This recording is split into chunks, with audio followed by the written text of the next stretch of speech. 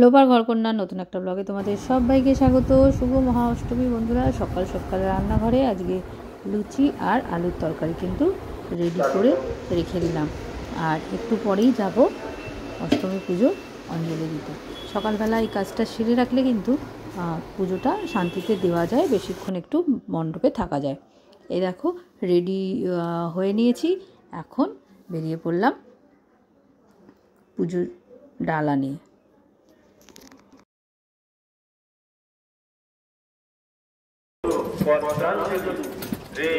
নবপত্রিকা বাসিনী দুর্গা দেবী নমো নমঃ। নমো হরং পাপং হরং ক্লেশং হরতি দেহি মে পুত্রাং দেহি ধনং দেহি সর্বান কামাংশ্চ দেহি মে ভগবতী ভয়োচ্ছেদে জগামদে কৌশিকীর্তং কালকৃত নমস্তুতে। এইসব সচন্দন বন্ধ পুষ্প বিল্ল পদ্মাঞ্জলি হে দুর্গাদেব পাওই নমো নমঃ।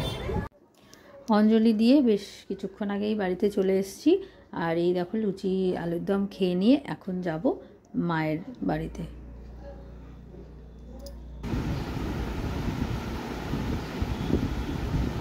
এই দেখো মায়ের বাড়িতে, এই মায়ের ড্রয়িং রুম কিন্তু একদম সেজে উঠেছে নতুন পর্দায় আর সোফা কাভারে।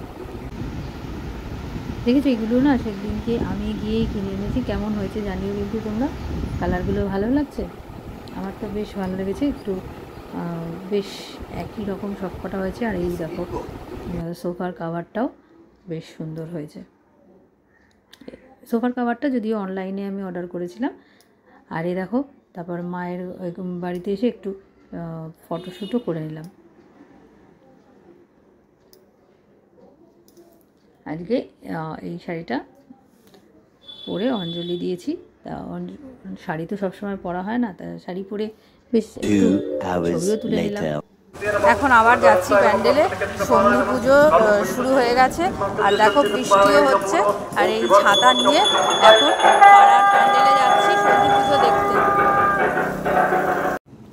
আমাদের পাড়ার ক্লাব থেকে না পুজো দেখে চলে এসেছি আর একটা ক্লাব, এটা এই ক্লাবের আমার দেওর মেম্বার। আর এখানে না খুব ঘরোয়াভাবে একদম সব বাড়ির বউরা মিলে সুন্দরভাবে পুজো করা হয়। এখানেই চলে এসেছি, আর এইখানে এসেই এখন সন্ধি পুজোটা দেখো। এখানে সবে সন্ধি পুজোর ওরা 108টা প্রদীপ জ্বালাচ্ছে, আমিও এসে একটা প্রদীপ জ্বালিয়ে দিলাম। সংকল্পায় কর্মাহং করিষ্যে। ওম স্বস্তি ওম স্বস্তি ওম স্বস্তি। ওম বিশ্বয় অষ্টতর সংখ্যক দিবায় নমঃ। ওম অষ্টতর সংখ্যক দিবায় নমঃ। ওম অষ্টতর সংখ্যক দিবায় নমঃ। ওম বিষ্ণুরম দশস্য আশ্বিন মাসে শুক্লপক্ষে অষ্টমীং তীর্থ সন্ধিক্ষণে উদয়নী ক্লাব উদয় সংঘ ক্লাব সব সদস্য বৃন্দের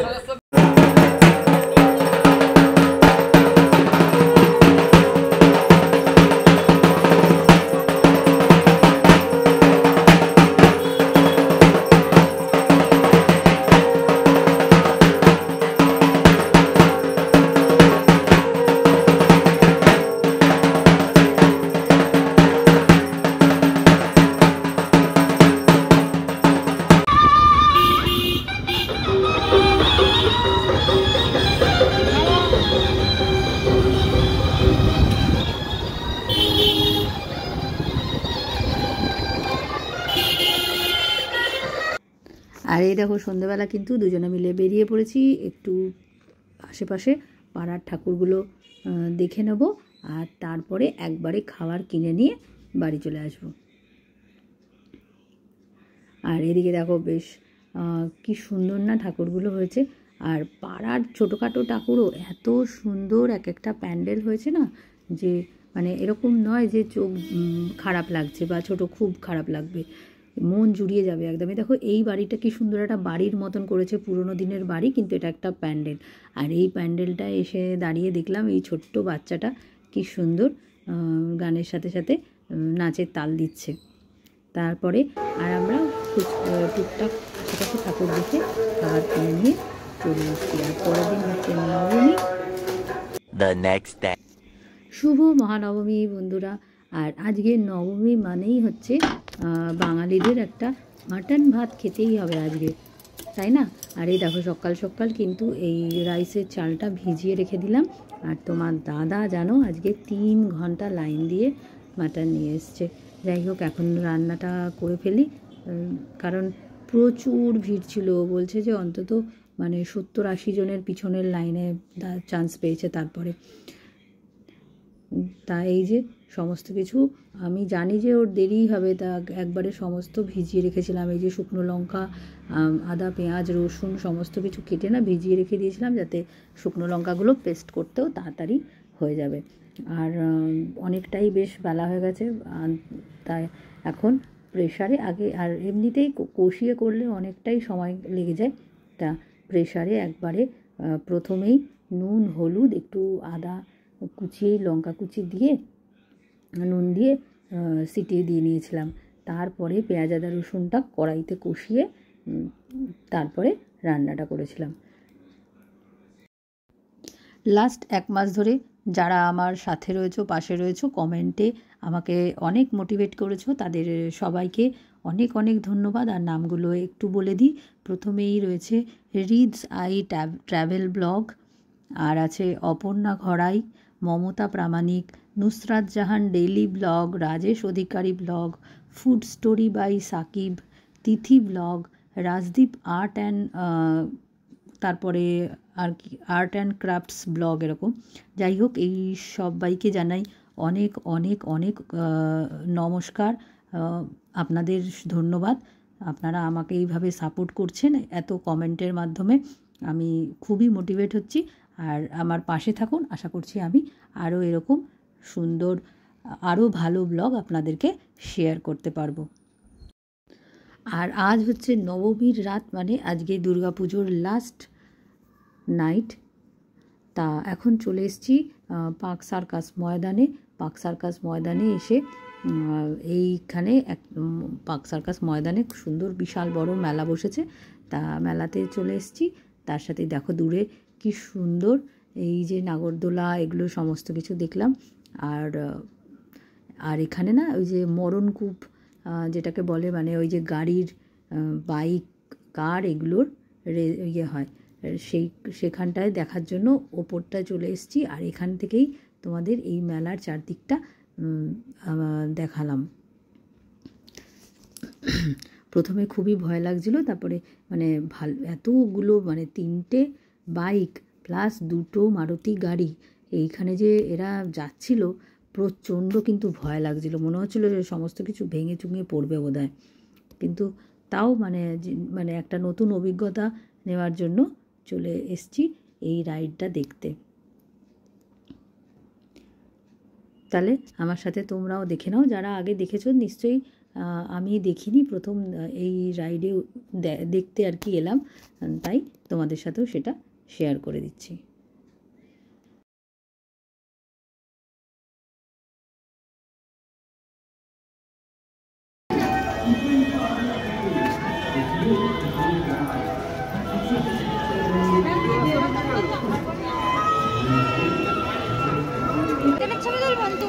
না রে, না ঠাকুরের ছবি। বাঁদিকে চেপে একটু এগিয়ে যান।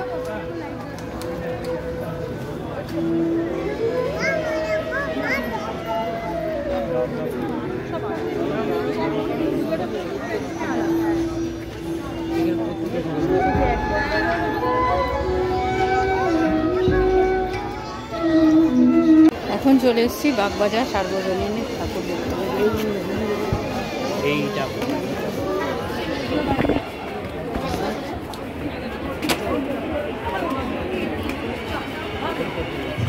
বেরিয়ে গিয়ে কোনো বারান্দায় দাও।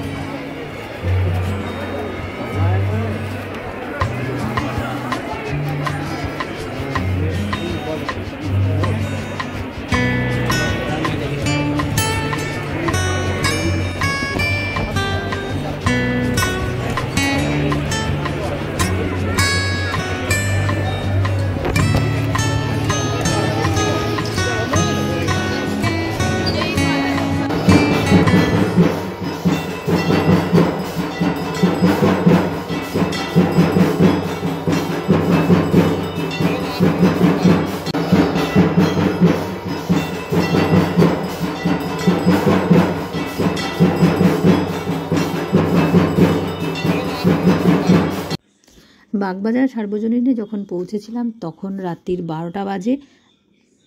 আর সেই সময় বাগবাজার সার্বজনীনে মাকে ভোগ নিবেদন করা হচ্ছিল, আরতি হলো, সমস্তটাই দেখে নিয়েছি।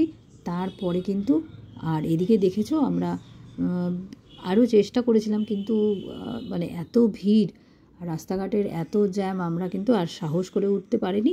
তারপরে আমরা বাড়িতে ফিরে চলে এসেছিলাম। আমার এই অষ্টমী আর নবমী পুজোর দিন দুটো কেমন কাটলো, কিভাবে কাটলো সেটা যে শেয়ার করলাম। ব্লগটা কেমন লাগলো অবশ্যই কমেন্টের মাধ্যমে জানিও। আর নতুন যারা বন্ধু আজকে আমার প্রথম চ্যানেলটাকে দেখছো, প্লিজ লাইক করো, কমেন্ট করো আর সাবস্ক্রাইব করে আমার পাশে থেকো। তাহলে চলো, টাটা, সবাই ভালো থেকো।